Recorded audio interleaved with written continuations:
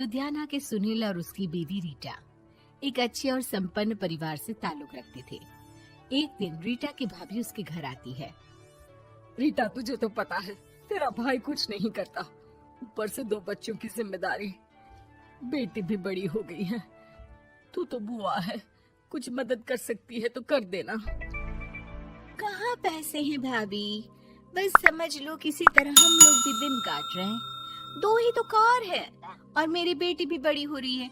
अब उसके लिए कार लेनी है तो 10 लाख का खर्चा तो लग ही जाएगा। तभी वहाँ सुनील आ जाता है। अरे शशि, क्या है, तू हमेशा पैसों के लिए परेशान क्यों रहती है? वैसे क्या जरूरत थी बेटी की शादी इतने बड़े घर में तय करने की? अरे पैसे नहीं थे तो ऐसे ही कर देती कहीं शादी। इतने बड़े होटल में क्यों कर रही है शादी? लेकिन यहाँ तो मामला शादी का है, डेट तय है। दरअसल तेरे भतीजे के पीएफ के पैसे आने हैं, पर उसमें देर हो रही है। जैसे ही पैसे आ जाएंगे मैं तेरे अकाउंट में डलवा दूंगी। ठीक है, हम लोग सोचकर बताएंगे। तभी वहाँ भतीजा आ जाता है। फूफा जी, आप लोग ही मदद कर सकते हैं, वरना तो कैसे काम होगा समझ में ही नहीं आ रहा। मैं वादा करता हूँ जैसे ही पैसे आ जाएंगे मैं आप लोगों को वापस कर दूंगा। हाँ भाई, ठीक है। अब देख भाई, हमारे लड़के तो सारा दिन घर पर पड़े रहते हैं, ना कमाते हैं ना कुछ कमाने की इच्छा रखते हैं। लेकिन चल, ये ले, कितने पैसे चाहिए? जी 4 लाख रुपए। ठीक है, लेकिन पैसे ध्यान से वक्त पर वापस लौटा देना। सुनील मुसीबत के वक्त बीवी के भतीजे की मदद तो कर देता है, लेकिन उन लोगों के जाने के बाद देख ले रीटा, तेरे मायके वालों ने मांगा तो दे दिया, वरना इन लोगों का मुझे कोई भरोसा नहीं है। अरे क्यों भरोसा नहीं है? इससे पहले तो कभी इन लोगों ने आपसे मदद भी नहीं ली। हाँ, ली तो नहीं, लेकिन पैसे की किल्लत ही रहती है ना इन लोगों के पास। अरे ठीक है ना, नहीं लौटा पाए तो भतीजे के ससुराल से निकाल देंगे। सुना है बड़े घर में शादी हो रही है। सुनील और रीटा पैसे तो दे देते हैं, लेकिन अगले रोज ही। हाँ भाई साले साहब, क्या हाल है? ठीक हूँ जीजा जी। क्या बात है, सालों बाद आपका फोन, जरूर कोई बात होगी, बताइए ना।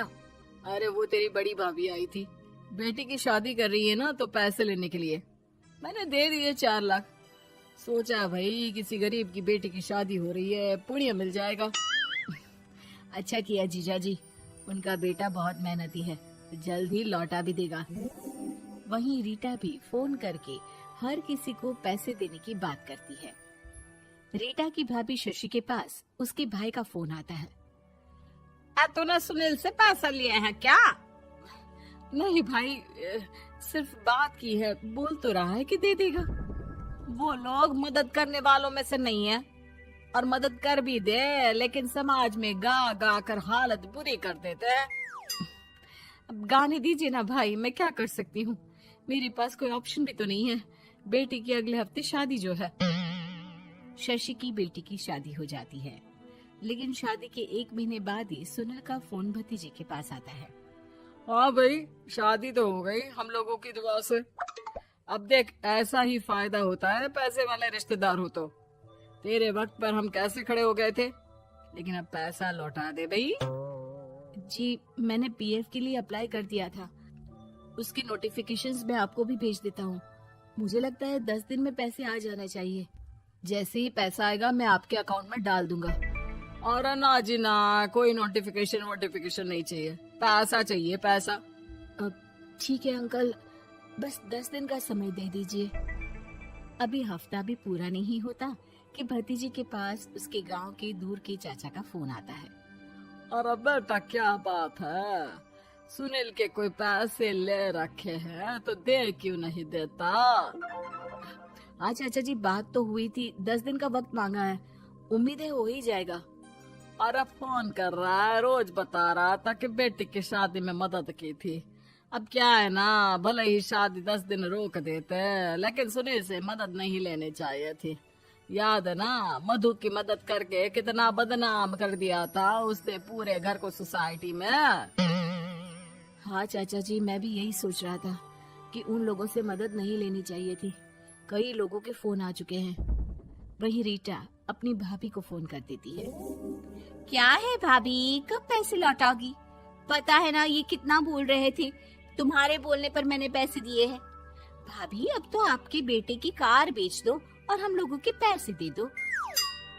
अरे लेकिन रीटा, बात तो 3 महीने की हुई थी ना, अभी तो 2 महीने भी नहीं हुए पैसा लिए, थोड़ा तो सब्र करो। नहीं नहीं भाभी, वैसे मेरा बेटा टिक्कू आ रहा है आप लोगों के घर रहने के लिए, उसको अच्छे से खिलाना पिलाना, समझी? भाभी को समझ में नहीं आता कि वो क्या करे। वो बेटे से बात करती है। अरे माँ, इन लोगों से मदद लेकर सच में बहुत बड़ी गलती कर दी। मुझे खुद समझ में नहीं आता कि कैसे इन लोगों के पैसे जल्द से जल्द दे दूं। तभी डोरबेल बजती है और रीटा का बेटा टिक्कू घर में आता है। आओ बेटा, मामी के घर पहली बार आए हो रहने। आप पापा बोल रहे थे कि आप लोग पैसे का ब्याज तो दे नहीं पाओगे, तो तब तक मैं यहीं रह लूं। और हाँ, मैं एसी के बिना नहीं सो पाता। आप लोग अपना देख लेना और पैसे जल्दी लौटा देना, क्योंकि मैं थोड़ा जल्दी जाना चाहता हूँ। रीटा का फोन शशि के पास आता है। भाभी, पैसे कब तक दोगे? बेटी की विदाई के बाद शशि के घर का माहौल बिल्कुल बदल जाता है। वो हर वक्त बेटे से उसके पीएफ के पैसे पूछती, और पीएफ यानी कि सरकारी काम। आजकल में पूरा 1 महीना और बीत जाता है। भाभी, मैं और ये अमेरिका जा रहे हैं, घूमने के लिए पैसों की बहुत जरूरत है। रीटा, मैं पूरी कोशिश कर रही हूँ कि जल्द से जल्द पैसे का इंतजाम कर दूं, लेकिन पक्का नहीं बोल सकती। तभी सुनील का फोन भतीजे के पास आता है। देख माना 3 महीने की बात हुई थी पैसे लौटाने के लिए, लेकिन अभी मुझे पैसों की काफी जरूरत है। मैं अमेरिका जा रहा हूँ, तो पैसे मैंने किसी से ब्याज में पकड़ लिए हैं। तू हर महीने 4 लाख का 20,000 ब्याज डाल देना मेरे अकाउंट में। सुनील फोन रख देता है, लेकिन भतीजा काफी परेशान हो जाता है। वो ऑफिस से शाम को घर आता है कि माँ पूछती है, क्या हुआ बेटा? बेटा माँ को सारी बात बता देता है।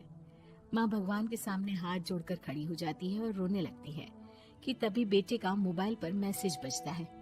माँ, पीएफ के पैसे आ गए।